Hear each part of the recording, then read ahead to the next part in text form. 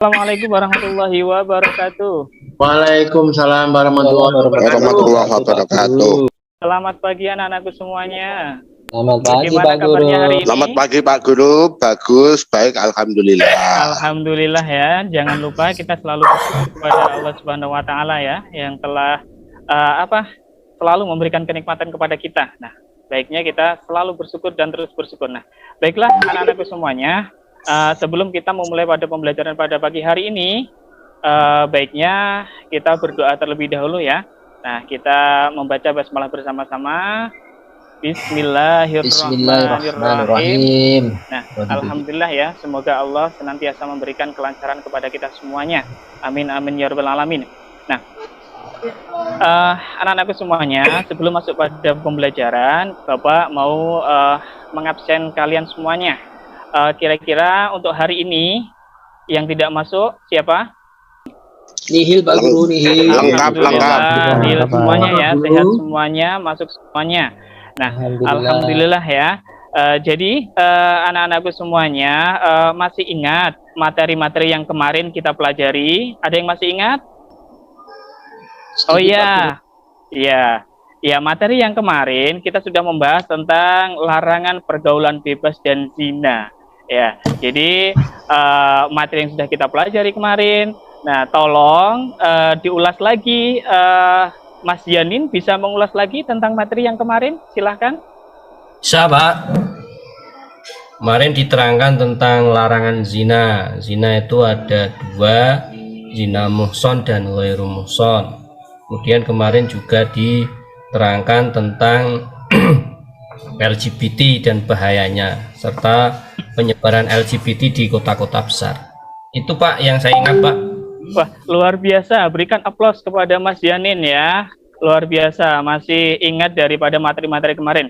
Ya, oke, anak-anakku semuanya. Jadi, hari ini kita akan membahas tentang sejarah. Nah, apa itu sejarah dan apa saja yang akan kita pelajari dalam sejarah? Nah, kita akan mempelajari tentang dakwahnya Rasulullah di Madinah. Nah, oke ya.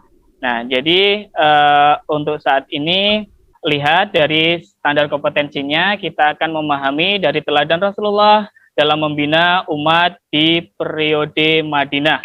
Nah, selanjutnya, kompetensi yang akan kita pelajari, yakni menceritakan sejarah dakwah Rasulullah periode di Madinah, lalu mendeskripsikan strategi dakwah Rasulullah Shallallahu Alaihi Wasallam di periode Madinah.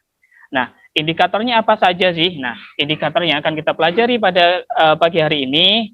Jadi, kalian mampu meneladani sifat tablik Rasulullah dengan memahami makna khutbah, tablik, dan juga dakwah. Nah, mampu menjelaskan pengertian hijrah secara umum dan secara khusus, mampu mendeskripsikan latar belakang Rasulullah berhijrah, mampu menjabarkan faktor-faktor yang mendorong hijrahnya Rasulullah ke Madinah. Yang selanjutnya, mampu mentaati aturan dengan memperhatikan ketentuan dalam khutbah, tablik, dan juga dakwah.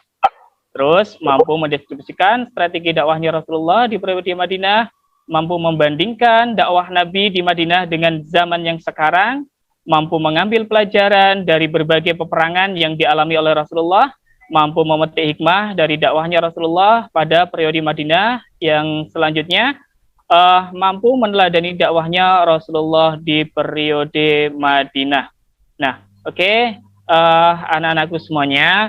Nah, materi pada pagi hari ini itu yang pertama, peristiwa hijrahnya Rasulullah ke Madinah. Itu nanti bisa dibuka di buku halaman 183 sampai 186. Nanti tolong disimak ya. Terus dakwah Rasulullah di periode Madinah di sini nanti bisa disimak juga di dalam buku paket kalian. Nah, selanjutnya di sini peristiwa hijrahnya Rasulullah ke Madinah. Nah, sekarang Bapak akan menjelaskan tentang makna dari hijrah. Hijrah itu apa sih? Nah, itu kan. Nah, jadi hijrah di sini merupakan meninggalkan semua perbuatan yang dilarang dan dimurkai oleh Allah Subhanahu wa taala untuk melakukan berbagai perbuatan baik yang diperintahkan oleh Allah. Atau juga hijrah di sini bisa diartikan perpindahan dari suatu tempat ke tempat yang lain untuk mendapatkan ketenangan, menghindari dari kecaman kehidupan yang lebih baik dan kenyamanan dalam beribadah serta untuk menyerukan dakwah. Nah, di sini. Jadi upaya-upaya yang dilakukan oleh Rasulullah di sini ketika hijrah. Nah, hijrahnya Rasulullah di sini dimulai dari tanggal 16 Juli 622 Masehi atau pada tanggal 2 Rabiul Awal pada tahun 1 Hijriah ya. Nah, upayanya apa saja? Upaya di sini untuk keluar dari tekanan fisik dan mental yang dilancarkan oleh kaum kafir Quraisy yang berupa fitnah, mengasingkan, embargo ekonomi, dan juga penyiksaan-penyiksaan, bahkan adanya pemboikotan bangsa Quraisy kepada Bani Hashim dan Muthalib. Nah, faktor-faktor Nabi Muhammad itu hijrah. Nah, di sini itu adalah yang pertama, rencana pembunuhan Nabi oleh kaum kafir Quraisy. Yang selanjutnya, ini adalah Madinah, merupakan tempat yang strategis untuk perkembangan Islam. Nah, di sini bisa kalian lihat ya, dakwahnya Rasulullah di periode Madinah. Ini apa saja sih yang dilakukan Rasulullah saat tiba di Madinah? Itu yang pertama, Rasulullah menegakkan ukhuwah Islamiyah. Ukhuwah Islamiyah di sini yakni Rasulullah mempersaudarakan dari kaum Muhajirin dan kaum Ansor. Selanjutnya, Rasulullah membangun pusat peribadatan dan pertemuan, yakni pada saat itu Rasulullah membangun daripada Masjid Nabawi. Nah, terus menyusun daripada beberapa strategi. Nah, jadi strategi politik dan kemiliteran di sini disusun oleh Rasulullah. Yang pertama, ini Rasulullah mengirimkan surat dakwah Islam, gitu kan. Terus Rasulullah memaklumkan perang kepada orang-orang yang menentang dakwah Islam. Terus memerangi kabilah orang yang mengkhianati perjanjian damai bersama kaum Muslim, menjadikan daulah Islamiyah sebagai suatu kekuatan yang disegani dan ditakuti oleh lawan. Di sini, apakah ada Pak tentang dalil yang menjelaskan dalil nakli ya yang menjelaskan tentang dakwahnya Rasulullah? Jelas ada di situ. Nah, itu dijelaskan di dalam surat Al-Hajj ayat 39 yang berbunyi, disimak ya anak-anakku semuanya.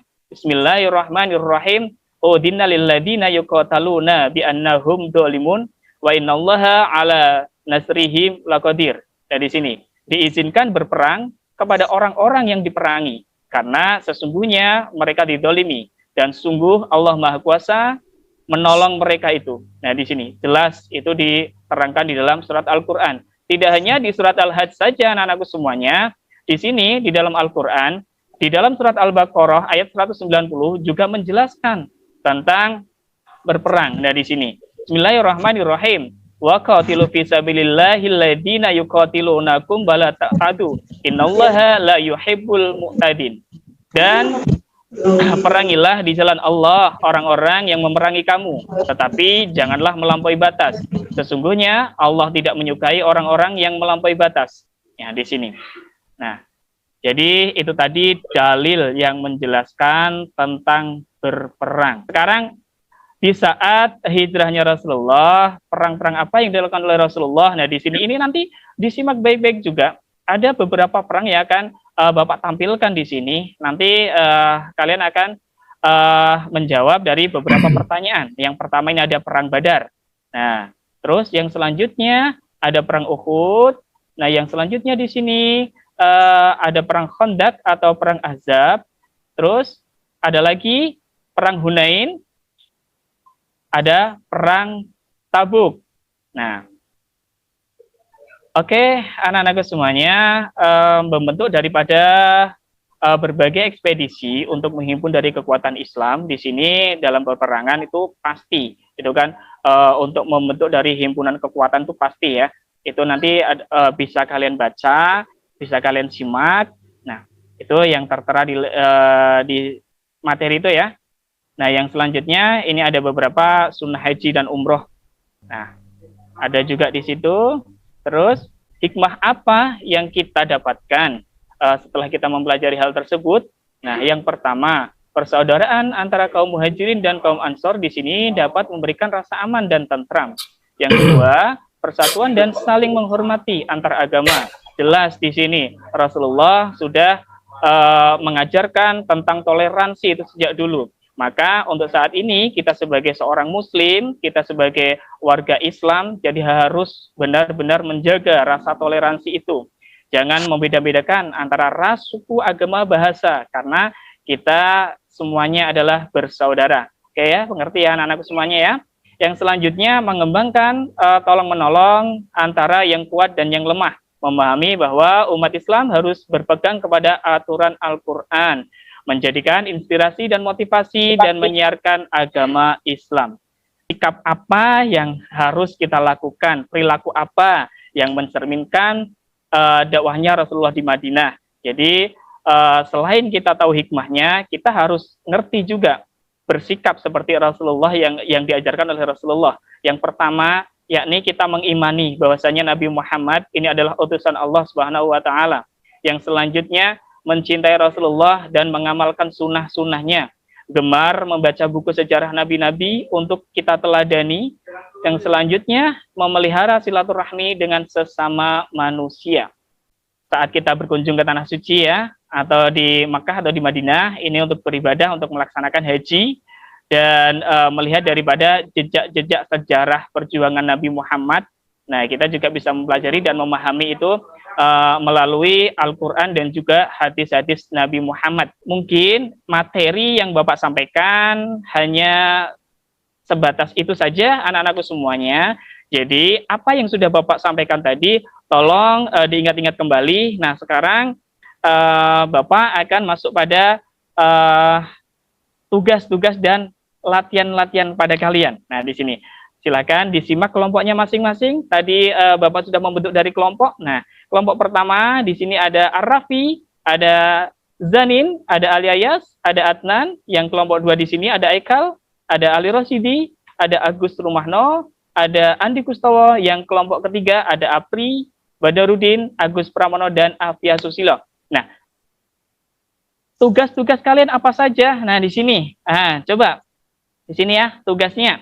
Nah, tuliskan peperangan yang dilakukan Rasulullah beserta penjelasannya dan dalil nakli yang berkaitan dengannya. Tolong nanti dari salah satu kelompoknya untuk mengerjakan tugas dan mempresentasikan di depan. Oke, waktu untuk mengerjakan tugas, Bapak persilahkan. Kelompoknya, siapa yang mau menjelaskan tentang hasil diskusinya? Ya, Mas Badar. Ya, boleh, silahkan. Ya, silahkan Mas Badar untuk mempresentasikan daripada hasil diskusi kelompoknya. Monggo, silahkan. Iya, dari kelompok kami tadi menyimpulkan beberapa peperangan, Pak. Yang pertama itu ada Perang Badar, terus ada Perang Uhud, Perang Khandaq atau Ahzab, terus Perang Hunain, dan Perang Tabuk. Nah, itu tadi tentang peperangan ya, jelas. Ada Perang Badar, ada Perang Uhud, Perang Khandaq, Hunain, dan Tabuk. Nah, sekarang dalil naklinya yang menjelaskan tentang peperangan itu ada nggak di dalam Al-Quran surat apa, Pak? Oh iya, tadi itu ditemukan di surat Al-Hajj ayat 40, kemudian juga ada di surat Al-Baqarah ayat 190, Pak. Wah, luar biasa. Buat aplaus buat kelompok 1 ya. Luar biasa sekali, semangatnya luar biasa. Ya. Itu tadi ya, dari beberapa kelompok yang sudah mempresentasikan daripada tugasnya. Berikutnya, tugas di rumah ya. Jadi, tulislah hal-hal yang dilakukan oleh Rasulullah saat tiba di Madinah itu seperti apa. Mungkin itu yang bisa Bapak jelaskan. Ada yang dipertanyakan? Insya Allah cukup, Bapak. Wes, alhamdulillah luar biasa sekali. Sekian, mudah-mudahan apa yang Bapak sampaikan pada kesempatan pagi hari ini mampu memberikan kemanfaatan buat kita semuanya. Sebelum kita tutup, kita berdoa terlebih dahulu. Bismillahirrahmanirrahim. Bismillahirrahmanirrahim. Subhanallah wa bihamdika asyhadu an la ilaha illa anta astaghfiruka wa atubu ilaik. Amin, amin ya rabbal alamin. Mudah-mudahan bermanfaat anak-anakku semuanya. Sekian, wassalamualaikum warahmatullahi wabarakatuh.